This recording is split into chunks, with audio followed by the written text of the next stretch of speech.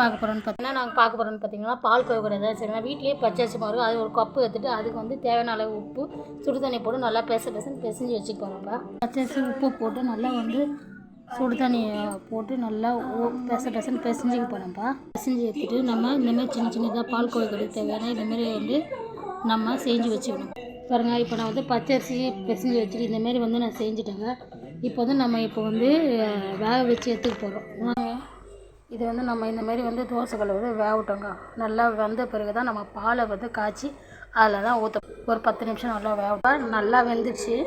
இப்போது நம்ம பால் கொதிக்க வச்சுட்டு இதில் போட்டு ஏலக்காய் சர்க்கரை போட்டு தான் சாப்பிட போகிறோம். நாம் வந்து பால் கொழுக்கட்டை செய்ய போகிறீங்க, அதுக்காக ரெடி பண்ணி வச்சுருக்கேன் பார்த்தீங்களா. இப்போ நான் வேக வச்சு தான் செஞ்சுருக்கேன். எங்கள் அம்மா வந்து வேக வச்சு தான் எங்களுக்கு பால் கொழுக்கட்டை செஞ்சு தருவாங்க. ஒருத்தவங்க என்ன பண்ணுவாங்கன்னா பால் கொதிக்கும் போது நம்ம பச்சையாக உருட்டி போட்டுக்கோங்களா, அதுமாரியும் போட்டுக்கலாம், அதுவும் நல்லா தான் இருக்கும். இப்போ நம்ம வேக வச்சது வந்து இந்த பால் கொதிக்குது பாருங்கள். இதில் வந்து ஒவ்வொன்றா நம்ம கொதிக்குது பாருங்கள். இப்போது நம்ம இதில் ஒவ்வொன்றா சேர்த்துட்டு பாருங்கள்,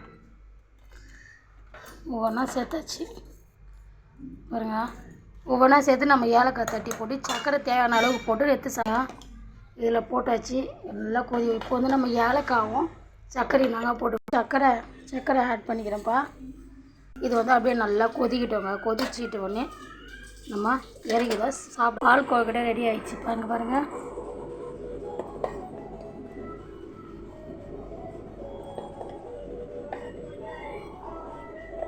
என் ஸ்டைலில் வந்து பால் கொழுக்கட்டை ரெடி ஆகிடுச்சு. சூப்பராக இருக்குது. டேஸ்ட் பண்ணி பார்த்தா இது நான் செஞ்ச முறையில் செஞ்சுருக்கேன். நீங்கள் எப்படி செய்வீங்க நீங்கள் மறக்காமல் கமெண்ட் சொல்லுங்கள். பால் கொழுக்கட்டை டேஸ்ட் பண்ணி பார்க்கலாம் வாங்க. இதில் தேங்காய் இருக்குல்ல, அதை வந்து துருவி போட்டுக்கோங்க, இன்னும் நல்லாயிருக்கும். நான் தேங்காய் போடல, அப்படியே தான் வந்து நான் செஞ்சுருக்கேன். வந்துட்டு எப்படி இருக்குன்னு சொல்லலாம் வாங்க. அது வருங்க. சூப்பராக இருக்குங்க. சூப்பராக இருக்குது ஃப்ரெண்ட்ஸ்.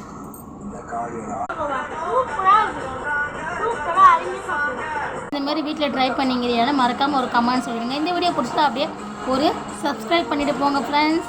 வீட்டில் பச்சை செஞ்சால் டக்குன்னு செஞ்சிடலாம். வீட்டில் ஒரு சூப்பரான ஸ்வீட்டு பால் கொழுக்கட்டை நீங்களும் வீட்டில் ட்ரை பண்ணிவிட்டு மறக்காமல் எப்படி வந்துச்சுன்னு மறக்காமல் கமெண்ட் சொல்லிடுங்க. Bye bye.